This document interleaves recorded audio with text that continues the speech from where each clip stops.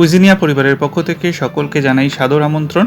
আর আজকে আমি আমার চ্যানেলে নিয়ে এসেছি আলু দিয়ে একটা পার্টি স্টার্টারের রেসিপি। তার আগে আমার চ্যানেল কুইজিনিয়াকে সাবস্ক্রাইব করে পাশে থাকা বেল বাটন আর অল আইকন প্রেস করে রাখলে সব ভিডিওর নোটিফিকেশন আপনাদের কাছে পৌঁছে যাবে। তবে মনে করে অল আইকন আর বেল বাটন কিন্তু প্রেস করতে ভুলবেন না।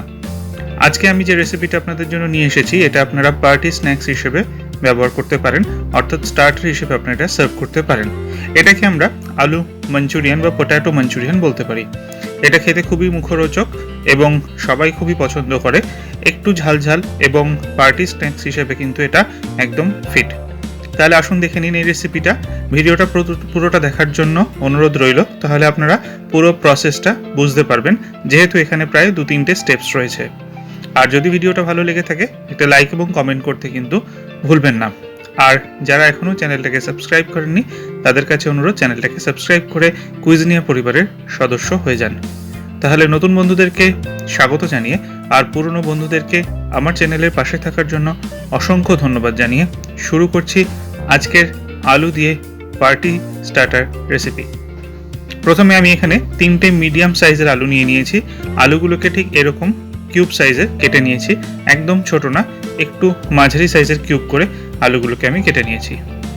কেটে আলুগুলোকে ধুয়ে রেখে কড়াইতে জল গরম করতে বসিয়েছি। আর তাতে দিচ্ছি 1/2 টিস্পুন পরিমাণ নুন, আর দিচ্ছি 1/4 টিস্পুন পরিমাণ হলুদ গুঁড়ো আর 1/4 টিস্পুন পরিমাণ লাল লঙ্কার গুঁড়ো। এবার আলুর টুকরোগুলোকে এর মধ্যে আমি ছেড়ে দিলাম। এই আলুর টুকরোগুলোকে এবার আমি সেদ্ধ করব, তবে মোটামুটি 80% যখন সেদ্ধ হয়ে আসবে সেই পর্যন্ত কিন্তু আমি আলুর টুকরোগুলোকে সেদ্ধ করব, অর্থাৎ আলুর টুকরোগুলোকে একদম নরম করে ফেলবো না। 80% সেদ্ধ আমার আলু টুকরোগুলো হয়ে গেছে। এবার আমি কড়াই থেকে অর্থাৎ জল থেকে এই আলু টুকরোগুলোকে তুলে একদম ঠান্ডা করে নিচ্ছি। এখানে আমি একটা ব্যাটার বানাবো। সেই ব্যাটারের জন্য প্রথমে আমি নিচ্ছি 3 টেবিল চামচ পরিমাণ চালের গুঁড়ো। এটা আমার বাড়িতে বানানো চালের গুঁড়ো, আপনারা চাইলে কেনাও ইউজ করতে পারেন। এছাড়া দিচ্ছি 1 টেবিল চামচ পরিমাণ ময়দা, 1/2 টিস্পুন দিলাম আমি লাল লঙ্কার গুঁড়ো, 1/2 টিস্পুন দিলাম আমি নুন, এরপর দেবো 1/2 টিস্পুন ক্রাশড গোলমরিচ। ঝালটা আপনারা আপনাদের স্বাদ মতো দেবেন। এবার 5টা রসুন কোয়া আর 1টা কাঁচা লঙ্কা, এটাকে মিলে আমি একটা পেস্ট করেছিলাম, সেই পেস্টটাও এটাতে অ্যাড করে দিলাম। আর দিচ্ছি 1 টিস্পুন পরিমাণ সাদা তেল, এটা বাইন্ডিংয়ের কাজ করবে। এবার এই সমস্ত জিনিসগুলোকে একটা চামচ দিয়ে আমি প্রথমে একটু মিশিয়ে নিলাম। এবার এতে একটু একটু করে জল দেব আর মেশাবো। ব্যাটারটা কিন্তু বানাবার জন্য একেবারে প্রথমে পুরো জলটা দিয়ে দেবেন না।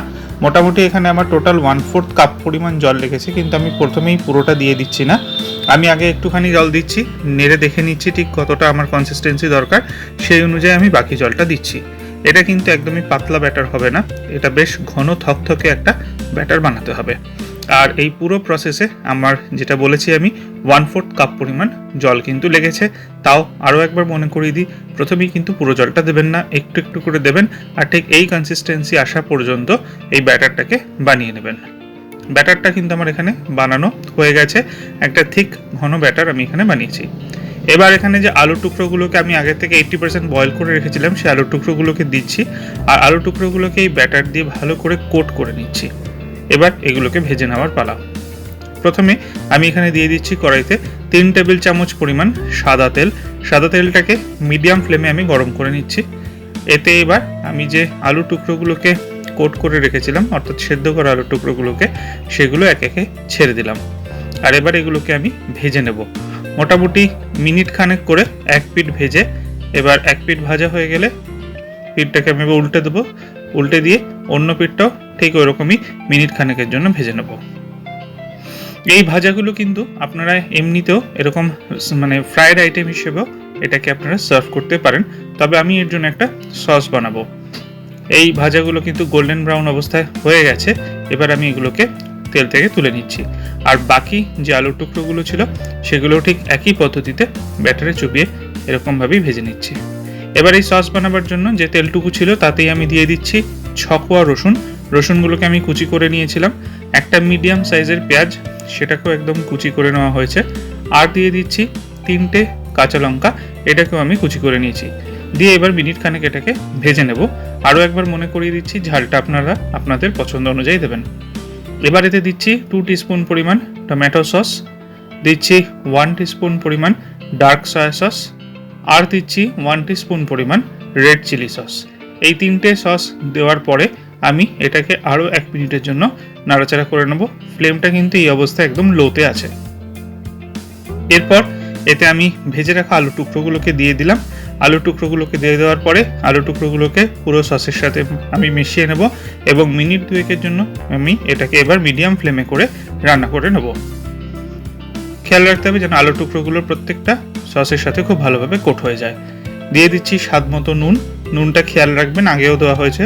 1/2 টিস্পুন দিলাম কাশ্মীরি লাল লঙ্কার গুঁড়ো, দিয়ে আরও 1 মিনিটের জন্য এটাকে আমি ফ্রাই করে নিচ্ছি।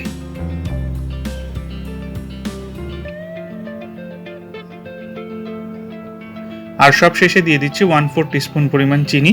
এটা কিন্তু স্কিপ না করাই ভালো, কারণ এতে কিন্তু স্বাদটা খুব ভালো আসে। তাহলে এটা কিন্তু একদমই রেডি হয়ে গেল। দেখতে খুবই টেম্পটিং হয়েছে। আর পার্টিতে স্ন্যাক্স হিসেবে এবং স্টার্টার আইটেম হিসেবে কিন্তু আপনারা এটা অবশ্যই সার্ভ করে দেখতে পারেন। আর না হলেও বাড়িতেও একবার বানিয়ে খেয়ে আমাকে কিন্তু জানাতে ভুলবেন না কেমন লাগলো। আশা করি রেসিপিটা আপনাদের ভালো লেগেছে। ভালো লাগলে একটা লাইক এবং কমেন্ট করবেন বরাবরের মতো। আর নতুন বন্ধুদেরকে বলছি, যারা এখনও চ্যানেলটাকে সাবস্ক্রাইব করেননি, প্লিজ চ্যানেলটাকে সাবস্ক্রাইব করে নেবেন। আজকে তাহলে এই পর্যন্তই। কালকে আবার দেখা হবে। নমস্কার।